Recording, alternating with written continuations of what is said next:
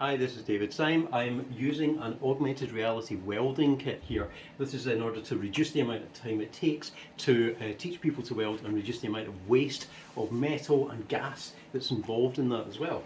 So I'm just going to put on my gloves here because it's important that you can feel what it's really going to be like using a real welding kit, because this is preparation for a real welding kit, which is why this is a real welding nozzle, as is this. So you get the real tactile feedback. Now, what I'm going to do is just select education.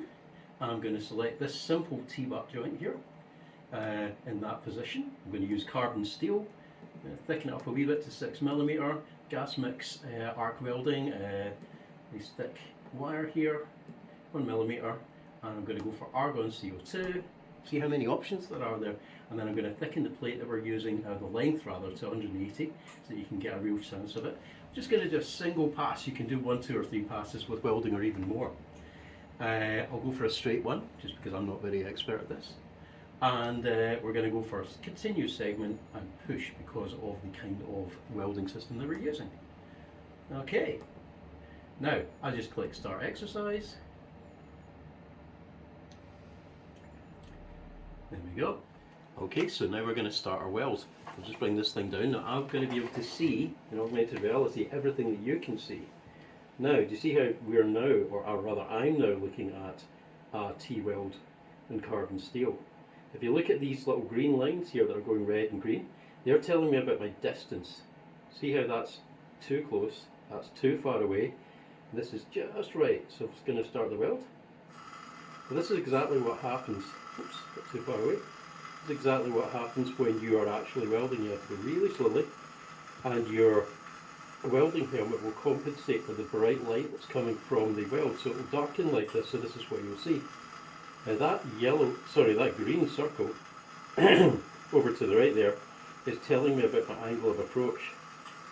Now that angle of approach is just right because it's saying that it's green on all different angles.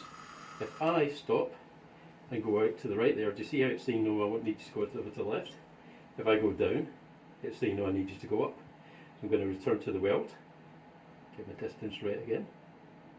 And keep going.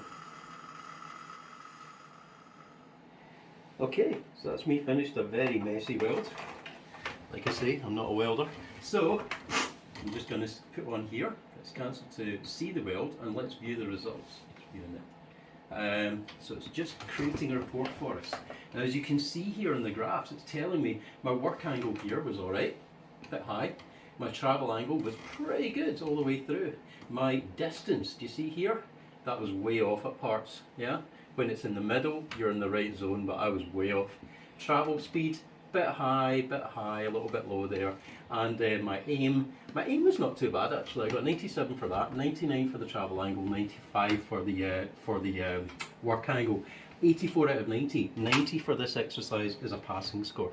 So evidently I need to do more work. So what am I going to do to learn more about it? Well, if we look over here, we can actually replay the whole thing. You see this?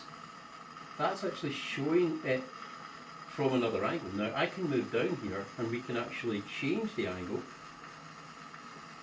to see what we're looking at. And then I can zoom in if I want, or zoom out to get more distance, or move left or right. So now that the weld is finished, we can actually have a look and see how I've done. So I'm going to change the angle again. I'm going to zoom in a little bit because I really want to see how I did. There we go. And I'm going to move along the weld. Bit of overlap there, do you see? This is pre-grinding it all the way. You can even see the spots of slag that have come off it. And then if I angle it, we can see it right down to the actual angle of approach. You see it's a little bit too far out from the corner. The aim's not too bad, but I could have done better. So what this has been shown to do is increase the speed at which people can learn to weld, both the physical and the kind of practical aspects of it, by about 3 times. It eliminates all of the wasted gas and all of the wasted metal, because for every weld like this I would have to take the thing, take it away, destruction test it, which is to say rip it apart to see whether the weld holds beyond the metal. And there's massive waste involved there. Also, the kind of environments that you do welding training in require certain kinds of flooring, fireproofs and really, really good ventilation. So not every school's got availability for this.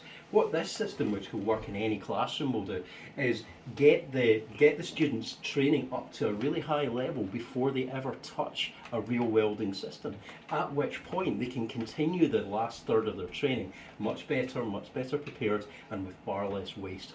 Now, with the requirement for practical skills in schools and colleges and in the UK in general, this is an extremely useful piece of equipment. From these, we can actually teach people practical skills that are fully certificated for things like oil and gas, renewable energy, engineering, construction, and they can actually go straight from school and straight into these high-skilled, well-paid, practical jobs that we very much need. So I hope you find this useful. If you've got any questions about this, then just leave some comments in the chat below, and I'll be more than happy to answer them. Thank you.